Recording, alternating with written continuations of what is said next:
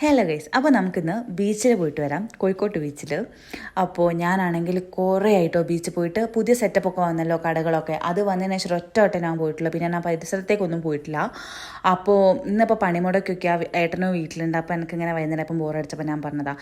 പക്ഷേ ഈ ബീച്ച് കണ്ടാൽ നിങ്ങൾ പറയും ഗൈസ്, ഇന്ന് പണിമുടക്കാന്ന് ആരെങ്കിലും പറയുമോ? എന്തുമാതിരി ആൾക്കാരാണെന്നറിയോ. പിന്നെ ആണെങ്കിൽ എൻ്റെ ഐശ്വര്യതയൊക്കെ നോക്കി എന്നെ നോക്കി ചിരിച്ചു. പക്ഷേങ്കിൽ എന്താ, ഞാൻ കഴിക്കില്ല, ഞാൻ ഡയറ്റിലാണ്. അത് മാത്രം എടുക്കൊരു സങ്കടമുള്ളൂ കേട്ടോ. ബാക്കിയൊക്കെ ഞാൻ നോക്കിയിരുന്നു.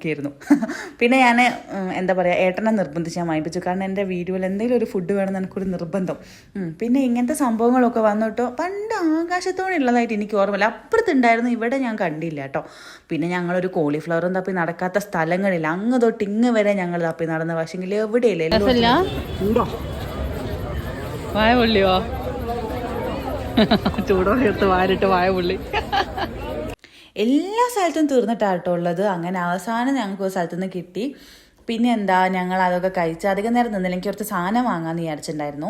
അപ്പോൾ ഞങ്ങൾ വണ്ടി തപ്പി കുറേ നടന്ന് പിന്നെ വണ്ടിയൊക്കെ കിട്ടി. നേരെ ഞങ്ങൾ വേഗം നെസ്റ്റോയിൽ പോകാമെന്നാണ് വിചാരിക്കുന്നത്. ഗോകുലത്തിൽ അല്ലെങ്കിൽ ബ്ലൂ ഡയമണ്ട് മാളിലാണെന്ന് തോന്നുന്നു ഉണ്ടല്ലോ. പക്ഷേ രണ്ടും തുറന്നില്ലേ.